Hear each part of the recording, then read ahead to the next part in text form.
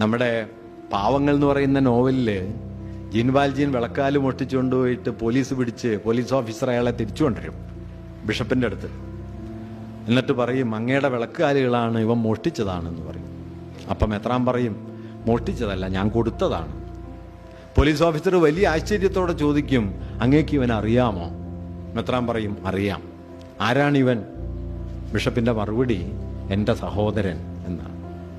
ആ ഉത്തരമാണ് ക്രിസ്തുമതം. ആ ഉത്തരത്തിലാണ് ക്രിസ്ത്യാനിറ്റിയെ നിങ്ങൾക്ക് ശരിക്ക് കാണാൻ പറ്റുക. അല്ലാതെ ഫ്രാങ്കോ ജയിലിൽ നിന്ന് വരുമ്പോൾ സ്വീകരിക്കാൻ നിൽക്കുന്ന ആളുകളുടെ കൂട്ടത്തിന്റെ പേരല്ല. മനസ്സിലായില്ല? നിരനിരയായിട്ട് ആളുണ്ടല്ലോ. ഇനിയും ഉണ്ടാവും കേട്ടോ, ഇനിയും ഉണ്ടാവും. മതം ഭ്രാന്തായിട്ട് എത്രയോ ആളുകളെ ഈ നരകത്തിലേക്ക് കൊണ്ടുപോയി, ഇനിയും കൊണ്ടുപോകും.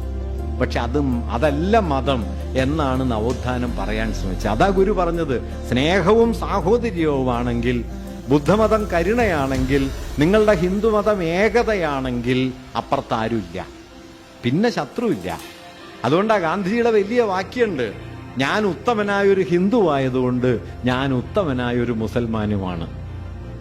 അതുകൊണ്ടാണ് ഈശ്വര അല്ലാ തേരെ നാം സബ്കോ സന്മതി ദേ ഭഗവൻ എന്ന് പറഞ്ഞു. വെറുതെ അല്ല വെടിവെച്ച് കൊന്നത്, വെറുതെ കൊന്നതല്ല. കാരണം ഇതാണ് മതം എന്ന് പറഞ്ഞ് കോടിക്കണക്കിന് ആളുകളെ ഇങ്ങോട്ട് കൊണ്ടുവരികയാണ്.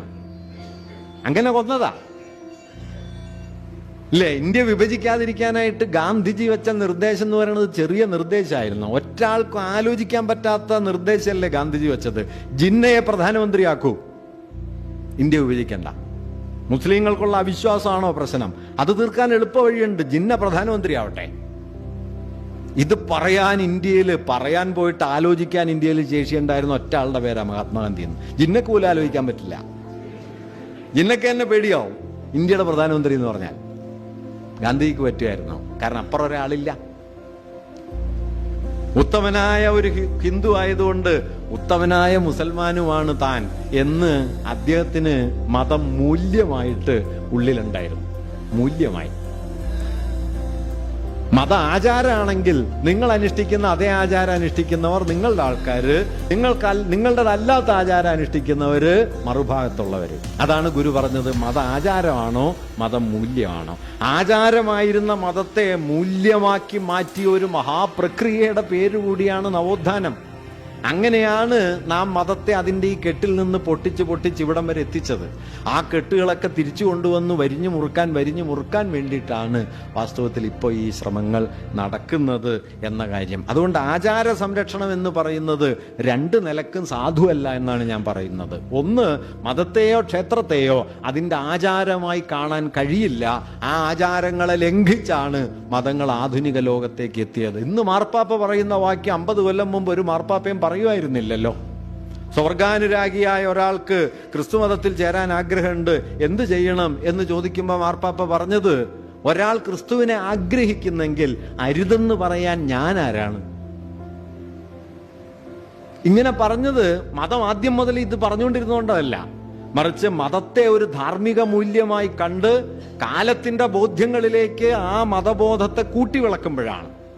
അതുകൊണ്ടാണ് ഒന്നാം അപ്പോസ്തലിക ഉദ്ബോധനത്തിൽ ഫ്രാൻസിസ് മാർപ്പാപ്പ പറഞ്ഞത്, കേറിക്കിടക്കാൻ വീടില്ലാത്തത് കൊണ്ട് ഒരു ദരിദ്രൻ തെരുവോരത്ത് കിടന്ന് തണുത്ത് മരവിച്ച് മരിക്കുമ്പോൾ അത് വാർത്തയല്ലാതായി മാറുകയും ഓഹരി കമ്പോളത്തിൽ 10 പോയിന്റ് കൂടിയാൽ വാർത്തയായി തീരുകയും ചെയ്യുന്നതിനേക്കാൾ വലിയ ഹിംസ മറ്റെന്താണ്?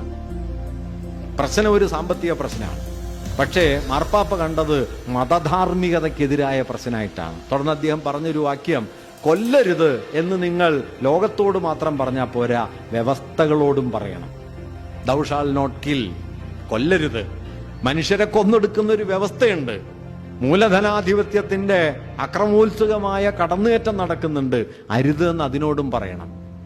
അതും മതത്തിന്റെ ആചാരത്തിൽ ഉണ്ടായതുകൊണ്ടല്ല, മതത്തെ ഒരു ധാർമ്മിക ശക്തിയായി കണ്ടതുകൊണ്ടാണ്. മതത്തിനകത്ത് എല്ലാ കാലത്തും ഈ തർക്കമുണ്ട്. ആചാരമാണോ മതം, ധാർമ്മിക ശക്തിയാണോ മതം? ധാർമ്മിക ശക്തിയാണ് മതം എന്ന് പറഞ്ഞപ്പോഴാണ് മതം നവോത്ഥാനായത്. ആചാരമാണ് മതം എന്ന് പറഞ്ഞപ്പോഴാണ് മതം ഭ്രാന്തമായ യാഥാസ്ഥിതികത്വവും മധ്യകാല കൂട്ടക്കൊലകളും ദുർമന്ത്രവാദിനി വേട്ടയും ഇൻക്വിസിഷനും ഒക്കെയായി, അയിത്തവും ജാതിഭ്രാന്തും ഒക്കെയായി തീർന്നത്. അതിൻ്റെ എല്ലാം പുനരവതരണമാണ് വാസ്തവത്തിൽ ഇന്ന് അതിനുവേണ്ടിയാണ് വാദിക്കപ്പെടുന്നത്.